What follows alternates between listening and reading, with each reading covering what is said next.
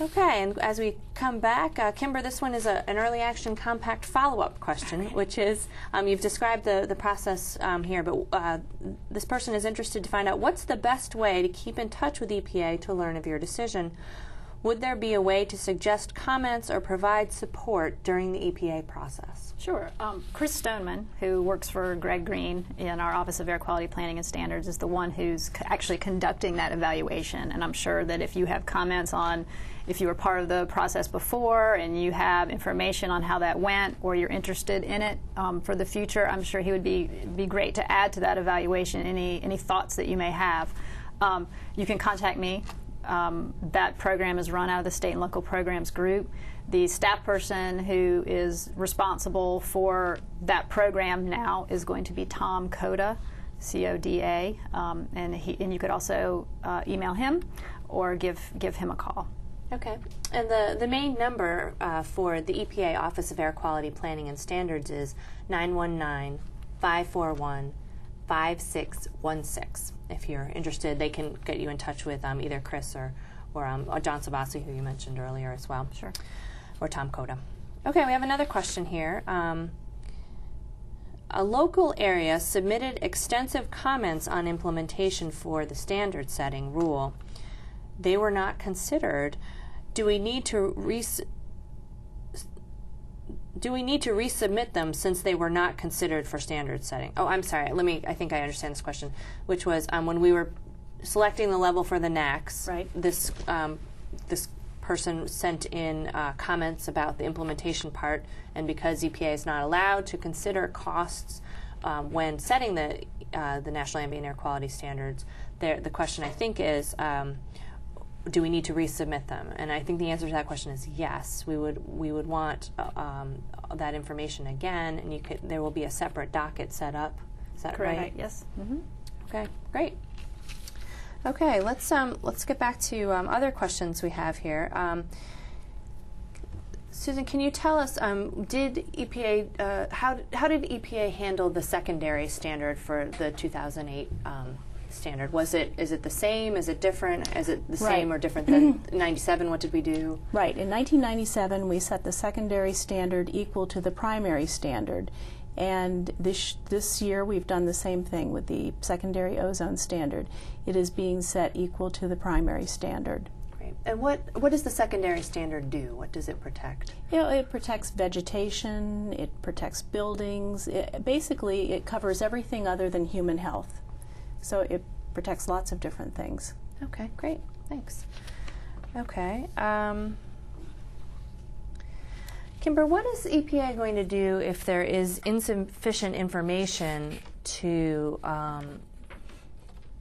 designate an area for the 2008 standard? Okay.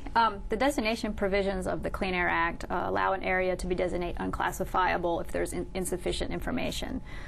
We also plan on issuing additional guidance, or we're considering that right now. We're looking at our May 2000 guidance, I believe, or March 2000 guidance that John Seitz signed, our designation guidance for ozone for the last round.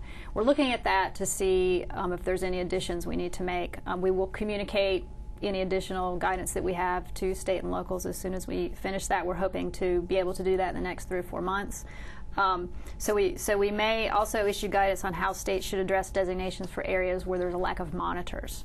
That's something that we'll also be trying to address. And again, the Clean Air Act does allow that additional year if, in general, there's just insufficient information for us to finalize designations. That's allowable. Right now, our intention is to do it within 2 and finalize them in 2010, but that provision is there.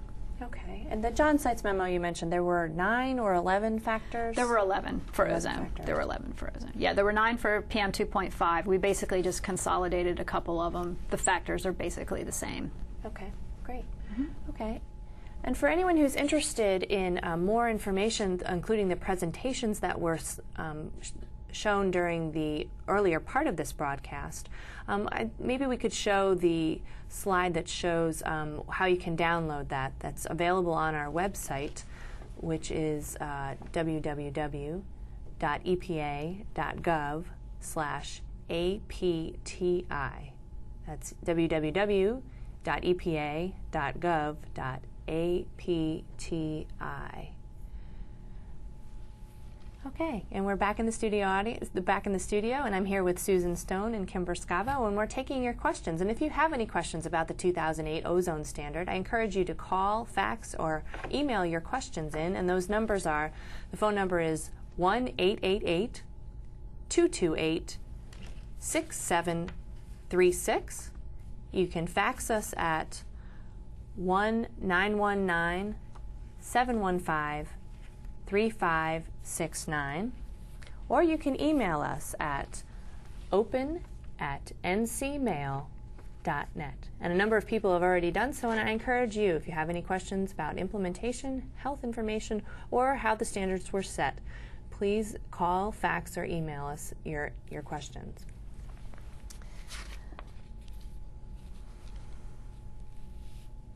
Okay.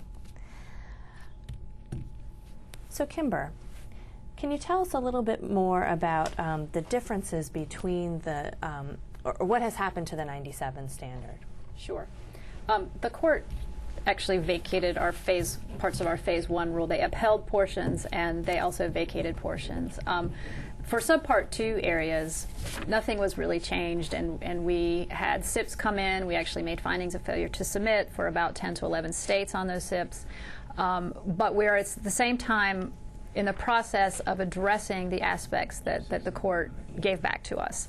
Those were mainly the anti-backsliding requirements for a new source review, Section 185 fees, classifications for subpart 1 areas, and contingency measures. Our current plan is to put the classifications and contingency measure provisions in one rulemaking together. New source review, we're trying to decide right now if that should be a separate rulemaking or also be included in our classifications and contingency measure rulemaking. And then our Section 185 proposal, we've actually got a state work group that we've convened, and we're working through some equivalent options that we may use to the current Section 185 program that's in the Clean Air Act. That proposal will be a separate proposal. So we're looking at possibly, 3 to maybe even 4 separate rulemaking to address the 97 standards this fall, to address all of those issues that the court gave back to us. Great. Well, one of the questions here has the 97 standards in its thought. This is from the Idaho DEQ. Mm-hmm. Can states use the 1997 ozone standards for this summer, or can they choose to opt to use the new 2008 standards for this summer? I'm not sure if that's a question about the AQI. Right. Well, what we are going to, on the Air Now program, switch over to the new ozone standard using the new ozone breakpoints at the start of the ozone season, which is May 1. So if the question is about the air quality index, I think many states are starting to use the new AQI May 1 or earlier.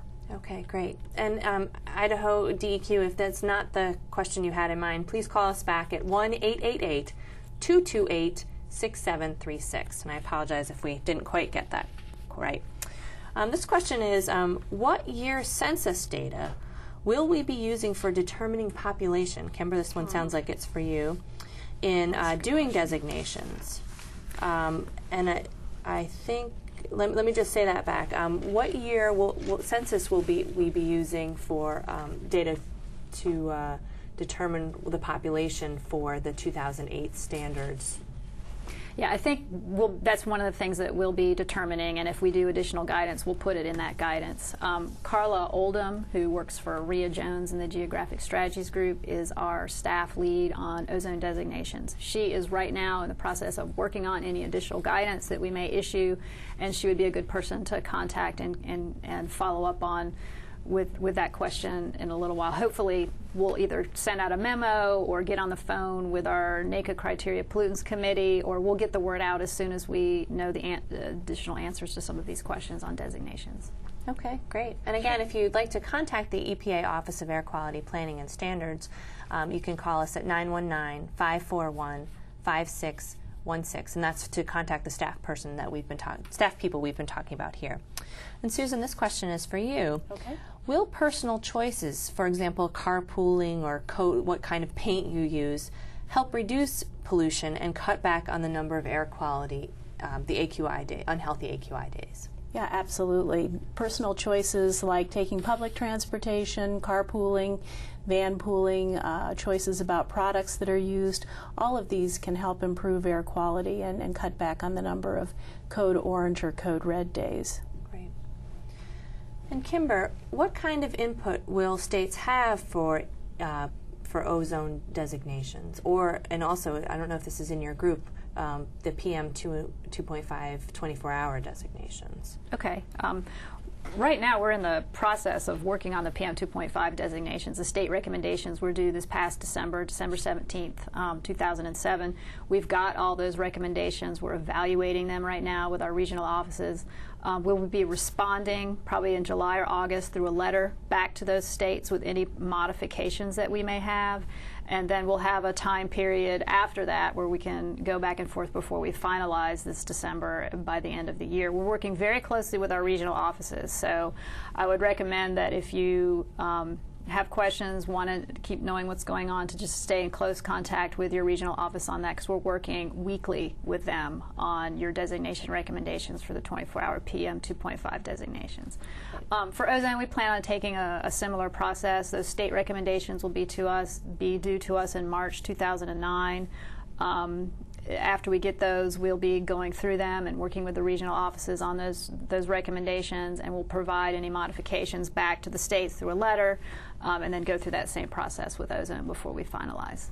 And that process is set up in the Clean Air Act, is yes, that right? That's correct. Yes, we're required to give any modifications that we may have to state recommendations 120 days prior to going final. And in the past, we've put both the recommendations, we've put them up on the web as soon as we receive them. Yes, so. yes. Okay. They should be up on our website for PM 2.5. And in March for... Correct. Okay, great. Okay, this question comes from North Carolina, and I think it's for you, Susan. Why did the administrator choose to set the secondary standard the same as the primary standard? Well, the administrator had initially made a decision to set a separate secondary standard, but considered it more thoroughly, had consultation with the President, as he is authorized to do under the Clean Air Act, and then he made up his mind that the best decision would be to set the secondary standard equal to the primary standard. And that was proposed, didn't we have a co-proposal back last year? Okay. Yes, we proposed to either set a separate secondary standard or set the secondary standard equal to the primary standard. Okay, great. And while we have a second, Susan, could you describe a little bit about how ozone is formed? Well, ozone is not emitted directly. It is considered to be a secondary pollutant. It forms in heat and sunlight from nitrogen oxides and volatile organic compounds. And so it is typically considered to be a pollutant that concentrations are higher in the warmer months. And is the ozone, you had mentioned earlier something about the ozone season being different in different places, is that true? Right, certainly. In some places that are quite warm, the season can extend through almost the entire year. In other places that are cooler, the season can be much shorter. In most places, the season runs from the 1st of May through the end of September. Great. Okay. Here's a question we've just gotten in. When precursors come from other areas, how are we expected to reach attainment prior to the other area? Considering, I'm sorry. Let me just try this again. How do we get clean before the other severe area that has more time by virtue of being classified as severe? So let's just talk about that more generally. Right. When we do for ozone, we have different classifications, and those areas have different attainment dates. So the less severe your area is, the sooner your attainment date. So for marginal areas, you have 3 years to attain the standard. Your attainment date is going to be a lot sooner than, say, a severe 17, which has 15 or 20 years to attain. So it's a good question. If that marginal area is being impacted by transport from a severe area who has a later attainment date, some of those controls for that severe area are not going to come into play until after that marginal area's attainment date. It's something that's why we do things like the NOx SIP call and care. If it's within the same state, however, if it's intra-state transport and your non-attainment area is located next to a non-attainment area within your own state, then your state's responsible for figuring out how to deal with that. Again, as I said at the beginning, we're looking at the Clean Air Interstate Rule. We're looking at the new standard. We'll have to make those decisions internally on whether there's something else we could be doing from a regional perspective. We're hopeful. If you look at that map that Lydia showed for 2020, it looks like many of the more or less severe areas are going to come actually into attainment with current programs. So that's hopeful. That may be past your attainment date. I know that's probably what your question is. It's a very good question, and we'll just have to do the best we can to work with you to see what types of things we can do to help get you into attainment by your actual attainment date if it's before areas that are near you that are impacting you. It's a good question. And why is the Clean Air Act set up like that? What was the purpose of giving different areas different lengths of time? Well, the more severe areas have more to do. They also have, for ozone, very prescriptive requirements that go along with that longer time frame. So if you're going to have to do, more offsets, you're going to have to do I&M. If you're moderate or above, there's more prescriptive requirements, the more severe your air quality is. So that's one reason for the later date for those areas. Well, speaking of these classifications, we have a question in how will classifications under subpart 2 areas be done for the new standard? That will be in our proposal that we issue this fall. We're also going to be, look for the 97 standard, doing classifications again for that in terms of subpart 1, and also looking at the classification table and setting those ranges. So you'll have to look at both of those rulemakings. We're going to try to stay as consistent as possible between those two rulemakings. Okay, great. And Susan, there's a question here that I understand that there's a new system to get email alerts about the AQI index. EnviroFlash. EnviroFlash. Can you tell us a little bit about that? Well, EnviroFlash is a program that is offered by EPA, and what happens is people can receive notification at a level, an air quality index level that they select. Could be yellow, orange, red, purple, whatever. And then when we get the state forecasts in, then we send out the alert, and it comes from EPA and the appropriate state or local air agency. And so people can get as much or as little information as they want. And the information that they supply to us is just simply their contact information, and it won't be used for any other purposes. But it's an excellent tool, especially if you have asthma, if you're an older adult, you have young children, or you're active outdoors, you're an outdoor worker. It's an excellent way to find out what air quality is going to be the next day.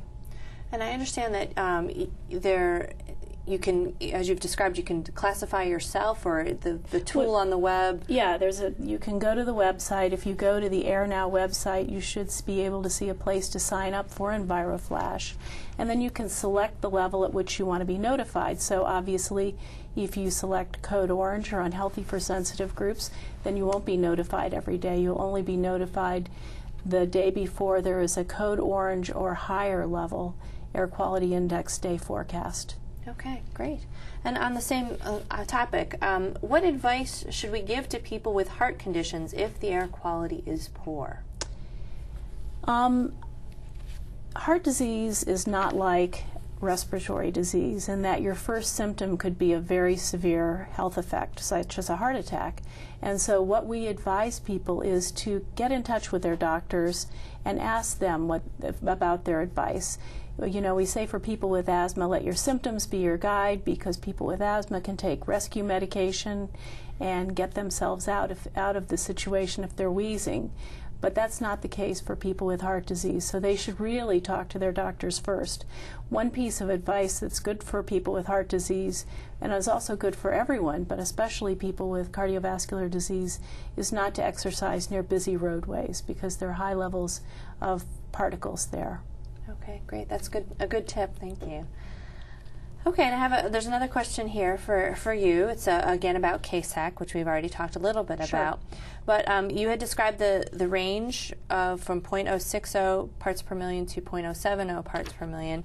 And what was the basis for KSAC making that recommendation? Well, I mean, The CASAC looked at the same evidence we did, that the administrator did, that the staff did, and obviously they placed different weight on different pieces of information. I mean, they looked at the epidemiological information, the information from controlled human exposure studies, the results of exposure and risk assessments, and maybe they placed less weight on the uncertainty involved than the administrator did. What is I know that EPA does a risk assessment with the NACs. Can you tell us a little bit about what that is and how it's used? Or well, the risk assessment is used to help us understand the impact of different standard levels, and it's a quantification of how many health outcomes would be experienced. For example, the number of children who are likely to experience respiratory symptoms or lung function decrements. And so it's a very complex process. We use state-of-the-art risk assessment techniques, but they give us an approximation of the number of people likely to experience effects. And is that peer-reviewed in any way? Yes. Oh, yes. It's peer-reviewed along with the scientific assessment and the staff policy assessment. Okay, great. Well, if you'd like to join the conversation, you can call at 1-888-228-6736, or you can fax us at 919-715-3569. Our email is open@ncmail.net.